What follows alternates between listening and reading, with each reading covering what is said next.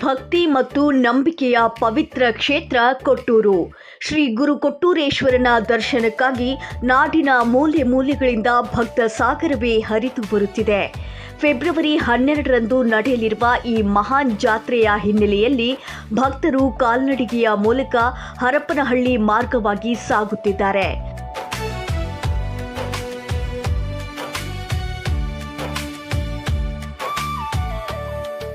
ಬಿಸಿಲನ್ನು ಲೆಕ್ಕಿಸದೆ ಸಾಗುವ ಭಕ್ತರಿಗೆ ದಾರಿಯುದ್ದಕ್ಕೂ ಆಸರೆಯ ಮಹಾಪೂರವೇ ಇದೆ.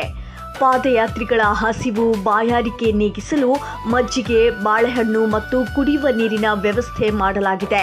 ಇನ್ನು ಭಕ್ತರ ಆರೋಗ್ಯದ ದೃಷ್ಟಿಯಿಂದ ಉಚಿತ ವೈದ್ಯಕೀಯ ತಪಾಸಣಾ ಕೇಂದ್ರಗಳನ್ನು ಸಹ ತೆರೆಯಲಾಗಿದೆ.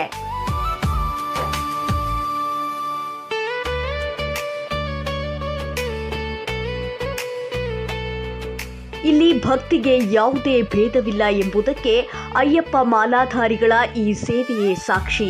ಅಯ್ಯಪ್ಪ ಸ್ವಾಮಿಗಳ ಪ್ರಸಾದವನ್ನು ಪಾದಯಾತ್ರಿಗಳಿಗೆ ಹಂಚುವ ಮೂಲಕ ಸಮರಸತೆಯ ಸಂದೇಶ ಸಾರಲಾಗುತ್ತಿದೆ. ಪಾದಯಾತ್ರೆಯ ಹಾದಿಯಲ್ಲಿ ಭಕ್ತರ ಅನುಭವಗಳನ್ನು ಹತ್ತಿರದಿಂದ ತಿಳಿಯಲು ನಮ್ಮ ಚಾನೆಲ್ ಸಂಪಾದಕರಾದ ವಿನೋದ್ ಕುಮಾರ್ ಕೋಡಿಹಳ್ಳಿ ಅವರು ಭಕ್ತರನ್ನು ಮಾತನಾಡಿಸುವ ಪ್ರಯತ್ನ ಮಾಡಿದ್ದಾರೆ. ಬನ್ನಿ ನೋಡ್ಕೊಂಡು ಬರೋಣ.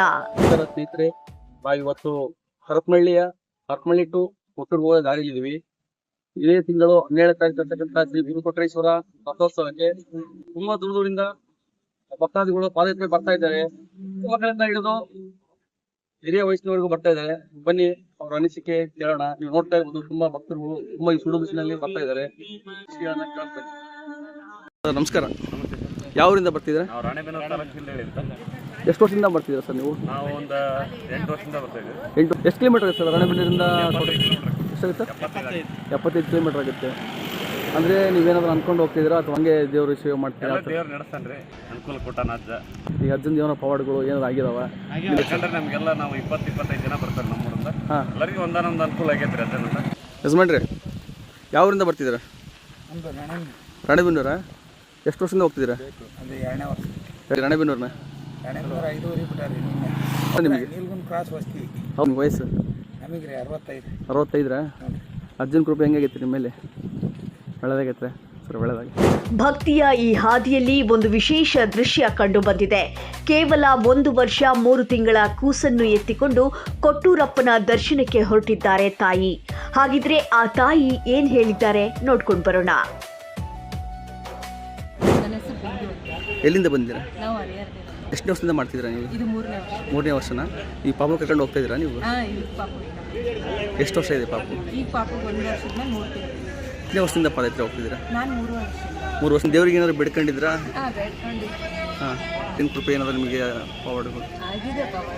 ಹೌದ್ರಾ? ಏನು ಸುಮ್ಮನೆ ಹಂಗೆ ಹೋಗ್ತಿದ್ದೀರಾ ಅಥವಾ ಏನಾದ್ರು ಬೇಡ್ಕೊಂಡು ಹೋಗ್ತಿದ್ದೀರಾ? ಯಾವಾಗ ಬಿಟ್ಟಿದ್ದೀರಿ ನೀವು ಹರಿಹರನ? ನಿನ್ನೆ ಸಂಜೆ. ಕಿಲೋಮೀಟರ್ ಆಗುತ್ತೆ ಹರಿಹರದಿಂದ? 70 ಕಿಲೋಮೀಟರ್ ಆಗುತ್ತಾ? ಸರಿ ಅಕ್ಕ, ಒಳ್ಳೆಯದಾಗಲಿ. ಇನ್ನು ಇಲ್ಲಿನ ದಾಸೋಹ ಸೇವೆ ಅವಿಸ್ಮರಣೀಯ. ಬರೋಬ್ಬರಿ 3 ಕ್ವಿಂಟಾಲ್ ಹಿಟ್ಟಿನಿಂದ ತಯಾರಿಸಿದ ಬಿಸಿ ಬಿಸಿ ದೋಸೆಯನ್ನು ನಿರಂತರವಾಗಿ ಭಕ್ತರಿಗೆ ಉಣಬಡಿಸುವ ಮೂಲಕ ಶ್ರದ್ಧಾಪೂರ್ವಕ ಸೇವೆಯನ್ನು ಇಲ್ಲಿ ಮಾಡಲಾಗುತ್ತಿದೆ.